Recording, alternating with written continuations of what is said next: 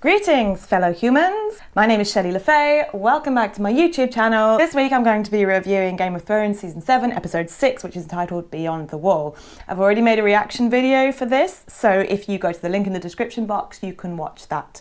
This episode seems to be the most controversial one so far, having divided the fandom into those who were creaming their pants and those who outright want to kill David and Dan. I, for one, am in the middle of both camps. I thoroughly enjoyed this episode. I particularly loved all of the interactions between the Suicide Squad, discussing all of their shared histories and grievances, and then learning to work as a team as they face an unforgiving environment, being attacked by thousands of zombies. My issues with this episode include the use of red shirts to illustrate just how dangerous this plan was. None of these guys even had a line of dialogue and were clearly basically just brought along for the ride in order to add some artificial suspense. I think at this point in the series, no important character is going to have a death that is really quick. All of the major characters are now going to die in a very poetic fashion. The plot armor afforded to Jon and company this episode confirms that. I don't have an issue with that. They did, after all, kill off Resurrector Extraordinaire Thoros of Myr, which in itself was a significant choice. I just wish they hadn't bothered at all with the red shirts, none of whom survived to escape on Drogon Airways when Dany shows up. In addition, utilising Benjen Stark, a hugely prominent figure in Jon Snow's life, as a Deus Ex Machina plot device was quite upsetting. I kind of have this horrible feeling now he might never be mentioned again, which would be an injustice I just couldn't forgive. I'm hoping Bran and Jon have a little chat when they meet again next episode or next season about how their creepy undead uncle came to their rescue in their most desperate moment. And if that happens, then I will be 100% okay with that scene. To all those who loathe this episode, I say this. You go write your own epic fantasy based on an unfinished series of books with a hugely complex story and too many characters to be given satisfying screen time. There is a reason that George R.R. Martin has so far spent 25 years writing this story. Each book is around 1,000 pages, featuring hundreds of characters, all of whom have to psychologically ring true. Every culture in the series has its own history, their own conventions, and their own priorities. The interwoven political landscape of such a world is extremely complicated. Some things have to take a back seat when adapting the story from book to screen. Since they overtook the source material, the writers have had a few months each year to write the story that George R.R. Martin has been working on since the early 90s. George R.R. Martin hasn't even finished book 6 yet because the story is so complex. I wish so hard that George R.R. Martin had been writing with them, but that's not the world that we're living in. And David and Dan have said they've got as much out of George R.R. Martin as possible in order to complete the story, and they will end up arriving at the same place. The show will be a much more simplistic version than the books, with more action and less political intrigue. And another point is this: some things work better on TV than they do in the books. Hardhome is a perfect example of this. The Raven Scroll that Jon receives at the Wall to tell him what happened at Hardhome is utterly chilling and creepy, and works beautifully in written form. In the show, they made Jon an eyewitness to the massacre with an incredible action sequence. Fans have complained about how certain key events, such as the Blackfish taking back Riverrun last season, occurred off-screen. I would imagine the same people would be pretty pissed off if the White Hunt had happened without any of us seeing it. And yeah, it is a dumb idea. But when have you known Jon Snow to be a mastermind strategist? In the books, Jon is a thinker. In the show, Jon is an impulsive, lovable, heroic, brave idiot who doesn't listen to anybody's wise counsel and almost gets himself killed over and over again because he just doesn't think things through. But the North as a culture admire strength, bravery, courage and honour, and that is why they follow him. I don't think any of this is hugely out of character for show Jon Snow. It would be for book Jon Snow, but I think it fits perfectly with the person the show have adapted Jon into. So with that in mind, on with the review. We open with our Suicide Squad walking beyond the wall. Now I can understand the complaint that the conversations between the Suicide Squad were little more than fan servicey, as they mostly talk about things from the past and nothing that will help advance the plot. I didn't have a problem with that at all, however. I love to see who they are as people by how they interact with one another, particularly because everyone in this group has really good reasons for outright despising each other. I love Tormund Giantsbane winding up Gendry and the Hound with his awkward jokes. I love Gendry calling out Beric and Thoros and then the Hound having no time for his whinging and shutting him down. I love Thoros and Beric reminiscing about the Greyjoy Rebellion and the siege at Pike. I especially love Jon getting some undead counselling from veteran resurrectee Beric Dondarrion. And I love Jon bonding with Jorah about Jeor Mormont and offering him back Longclaw, which I totally predicted. The only thing that bothered me in any of these interactions was that nobody mentioned Arya at all, even though 5 of the 7 Suicide Squad members all have a relationship with her. Fingers crossed that will come up later. Now back to Jon and Jorah. Jorah telling Jon when he refuses the offer of having Longclaw back,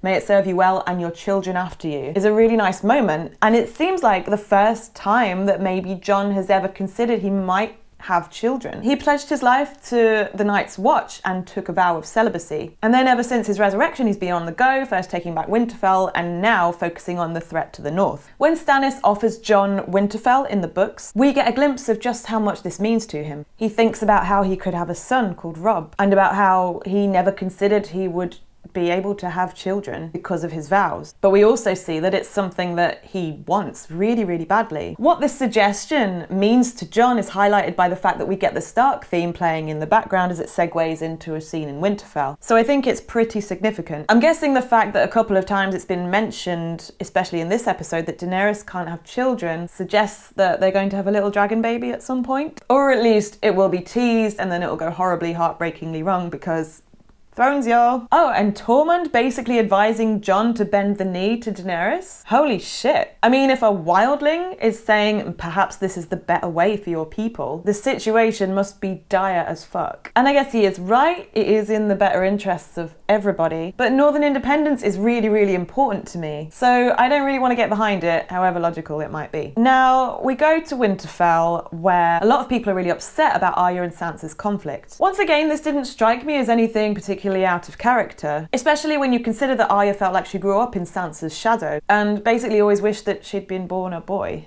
Arya constantly getting in little digs about how Sansa was always inside knitting, or the pretty dresses that she wears reeks of internalised misogyny to me. And maybe that's the point. Even in our modern world, where women have more equality than we've ever had before, we're still conditioned to think of things that are traditionally feminine as stupid, or pointless, or shameful, or just less than. In the time period where Westeros is right now, where a daughter's value is purely the fact that they can be sold off to another family as a broodmare to form an alliance and make sons for somebody else, surely that internalised misogyny would be even more profound. It was the best moment of 2017 for me so far when Arya and Bran and Sansa all reunited. And how quickly this has fallen apart is obviously really heartbreaking. But I haven't thought, like some people, that these arguments are wrong or out of character. I think it's simply not what people wanted to happen, and I am included in that. Sansa makes logical points about diplomacy and realism, which is something that her other family members lack. Arya argues that she's being weak and pathetic and doesn't seem to have the empathy to understand why Sansa has made the choices she has. This illustrates the difference between who they are as people and the journeys that they've been on and the skills that they've developed as a result of trying to survive in a hostile world. And of course, once again, the fandom have chosen to make this all Sansa's fault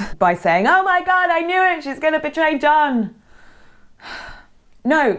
You're misunderstanding. This is Arya's opinion. She's not saying that because she's the omniscient narrator of the story. It's what she is paranoid might happen. Jon is Arya's favourite, and she doesn't understand Sansa, or diplomacy, or politics. And like the fandom, she is failing to see the nuances in Sansa's behaviour and her decisions as a leader. I was nodding like crazy when Sansa was telling Arya, "You never would have survived what I would survive, and we are here in Winterfell again because of me." Later, when Sansa speaks to Littlefinger about this argument, she cites that she's terrified that if the Northern Lords see this letter, Jon will lose his army, which is a very worrying prospect at this moment because of the threats coming from the north and the south. I'm going to assume that this is foreshadowing what will happen next week when it's discovered that Jon has bent the knee to Daenerys, but I'm getting ahead of myself. Oh yeah, and I had another thought the other day. Since A Song of Ice and Fire is pretty heavily based on Lord of the Rings, I've been wondering if in the final season, Arya, or in the final book, Arya will do what Eowyn of Rohan does and smuggle herself with the army out to fight in the War for the Dawn, after being expressly forbidden to do so by her beloved big brother Jon. I think that she's learned all of her assassin skills for a reason, and I think that she'll be the one to kill the Night King, Bran. So maybe she'll just be like Eowyn, who kills the Witch King of Angmar, gravely injuring or killing herself in the process. And then maybe we'll get an homage shot of Jon running towards her body on the battlefield, screaming inconsolably like Eomer does in Return of the King. Just a thought. I don't know, we'll see. Back to this whole Winterfell plot. Littlefinger suggests that Sansa gets Brienne to mediate between her and Arya, and a few scenes later, Sansa receives an invitation to the parley at King's Landing and sends Brienne to represent her. Later on, Sansa finds Arya's faces in her handbag, and Arya asks Sansa if she wants to play the game of faces. The thought that I have about this is everyone is playing everyone else, except maybe Brienne of Tarth. Either that or there's a lot of massive plot holes there, and I just don't think that this isn't all happening for a reason. At first, I thought that maybe Arya was wearing Sansa's face when she's sending Brienne off to King's Landing, but then the way that she sits down looking really worried after Brienne leaves made me think, no, I'm wrong about that. The moment when Arya basically threatens Sansa and then gives her the dagger is really interesting. I think at that moment, Arya was playing the game of faces because she says, do you want to play? Are you sure?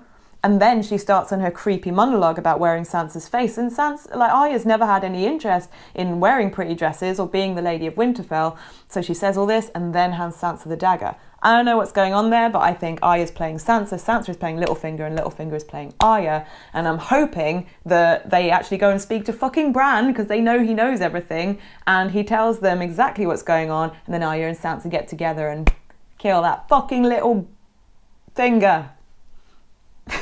Now, the scene between Tyrion and Daenerys in the room with the painted table was probably my favourite scene in the episode. It's the only one where we really discuss the political situation and teasers for the ceasefire talks in King's Landing next week, which I'm freaking out about. Daenerys makes a really good point about heroes, and she absolutely has Jon pegged. They all try and outdo each other, who can do the stupidest, bravest thing, and then they die. I love this practical woman's analysis of men's behaviour, and it's especially the case for Jon, who has huge disregard for his own life and safety, not out of confidence or delusion, which is the reason Daenerys herself often does silly heroic things, but because of honour and impulsiveness and hot-headedness. And yes, we get spoon-fed the idea again that Jon is in love with Daenerys and he's always staring longingly at her, and it would have been nice if some of that had happened on screen rather than having to have it told to us by Davos and Tyrion, but okay, fine. The suggestion that Cersei is laying a trap for them in King's Landing is kind of backed up by the fact that Cersei last week said to Jaime, I think we need to fight the Dragon Queen like father would have, which to me suggests because Daenerys has the numbers, they're going to attempt to assassinate her Red Wedding style. And Tyrion counselling Daenerys against doing something impulsive.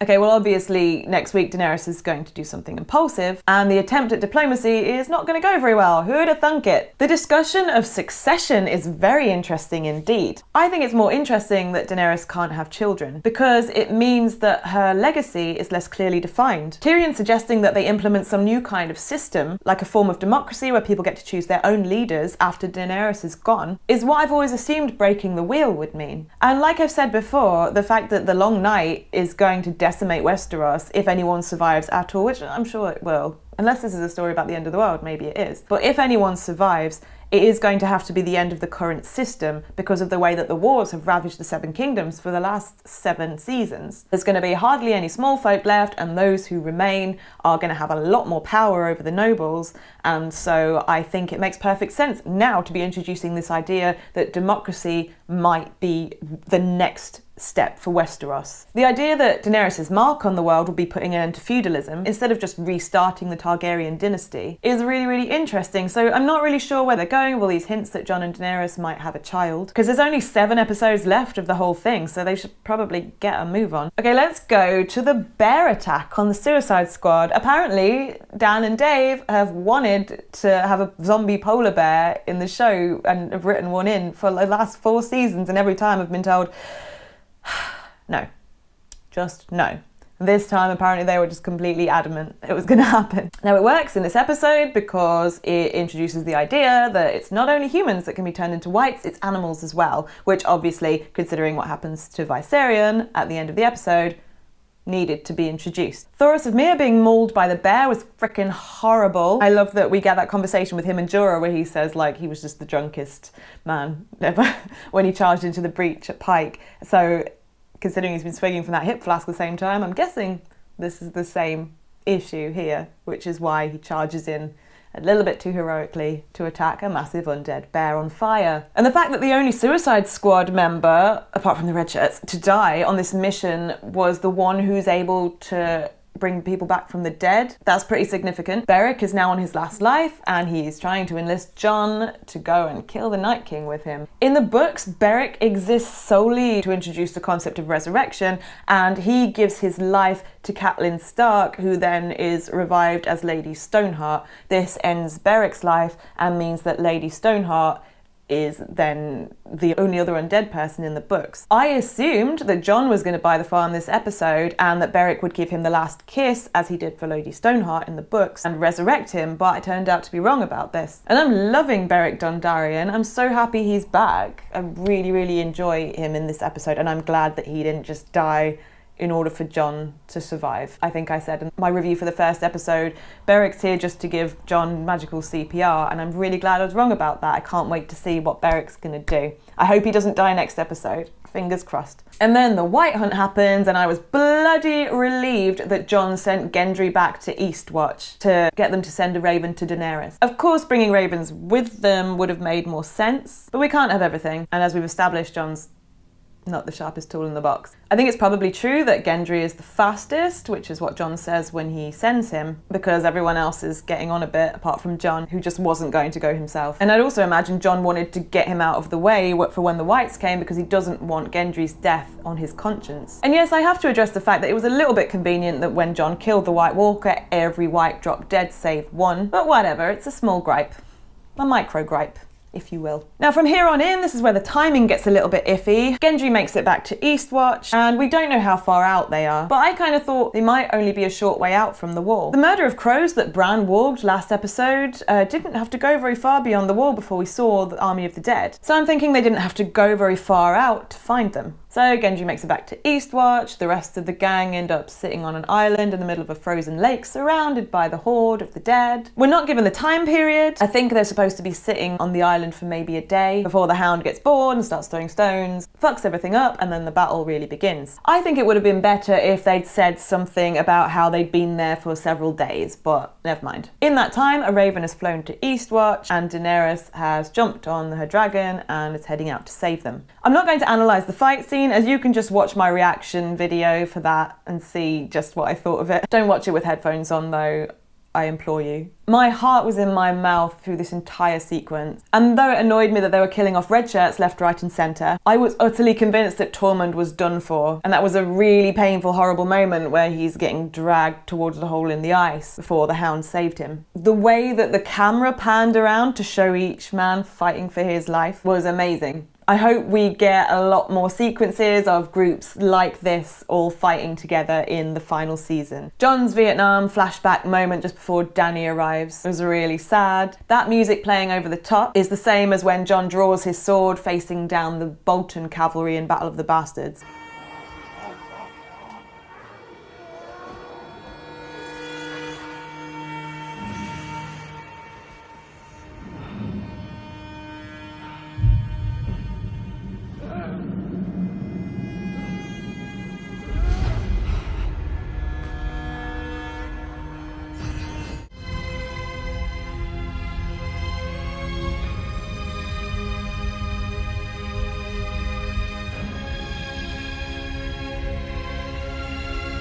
I like to think on the official soundtrack that track is called I've Made a Terrible Mistake. It's so funny that the fandom are so determined to continue to see Jon Snow as this competent, capable hero, when actually this is the second time a less universally adored woman has had to come and rescue him because he's made a stupid fucking mistake and overplayed his hand. As a feminist, I love this subversion of the hero damsel in distress story. If you consider what a hero really is, Daenerys has the right of it when she says they make stupid decisions because they're too brave to be realistic about their abilities or about the situation. And it makes sense that these decisions would quite often land them in some very hot or, you know, really fucking cold water and almost get them killed. Having someone more practical come and rescue them makes sense. And the fact that twice now the hero, Jon, has been subverted into the damsel in distress and had to be rescued by one of the beautiful women in his life, i.e. Daenerys or Sansa, is really wonderful to see. The visuals of the dragon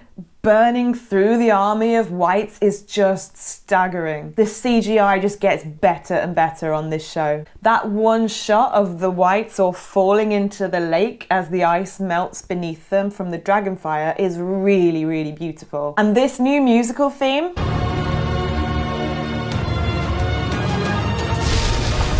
which I believe is the Jon Daenerys alliance theme, is fantastic. I'm such a sucker for big epic pieces such as this. Now the Night King taking down Viserion, I'm assuming because Jon has to ride Rhaegal because that's his dad's namesake, right? That was really shocking. When the Night King swaggers out with his ice javelin, we all assumed he was about to take out Jon, and it's a huge surprise when he turns his attention to the dragon. Everyone is complaining that not enough of the Fellowship of the White died and they were never really in any real peril, but fucking hell, we lost a dragon and Thoros of Myr. No one's talking about that enough. I'm relieved that both Tormund and Jorah made it, because I was actually really sure before this episode even aired that those guys were for it. And then we get to see Jon demonstrate that Daenerys was entirely right about him. He's just seen the Night King kill a dragon, and rather than being like, shit, let's get the fuck out of here, he's overtaken by rage and emotion and just starts hacking and slashing at the whites around him, whereas obviously a sensible, practical, rational human would have gone,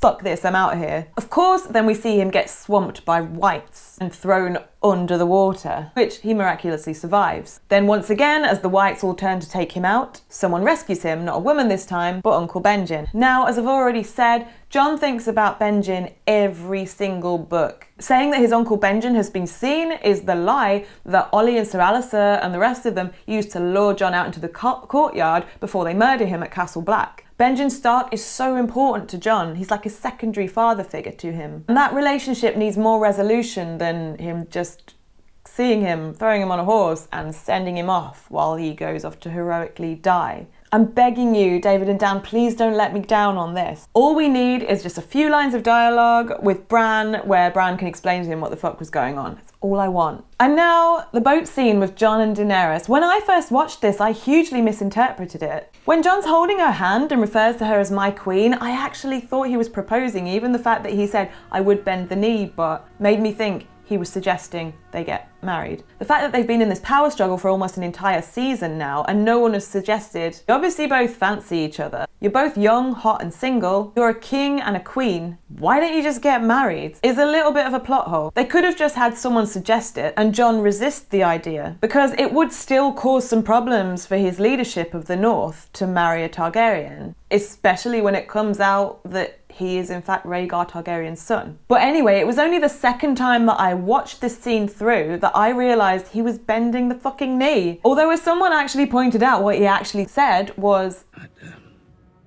bend the knee, but... And everything before the word but is horseshit, right?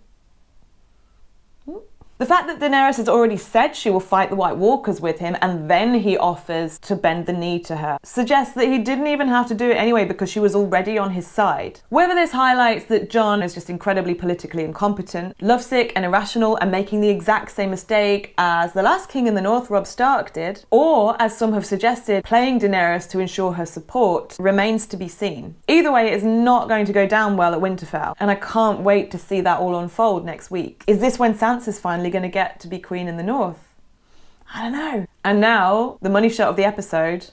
Holy balls, fucking ice dragon. This is a theory which has been around in the fandom for years and years because George R.R. Martin wrote a book called The Ice Dragon. So clearly those people were so right. And now I guess we know how the wall's going to come down next week, right? Whether Viserion will shoot it down with more ice or he actually still breathes fire, but it's like blue fire and there's something different about it. I don't know, we'll see. It's really interesting that the dragon has three heads theory has always made people think that Jon, Daenerys and Tyrion will be the three heads of the dragon, and they would all ride those dragons to victory against the White Walkers. I never really liked this idea, although I did admit that it had a lot of weight to it. But I was always more convinced that the third head of the dragon was more likely to be Bran. Now, as I keep telling you all, Bran is the Night King. When Viserion got taken down this episode and resurrected as the Night King's new ride, I remembered the classic line, "You will never walk again, Bran, but you will fly." Does this just mean that Bran will warg a bunch of ravens or that he'll warg a dragon? But it could also mean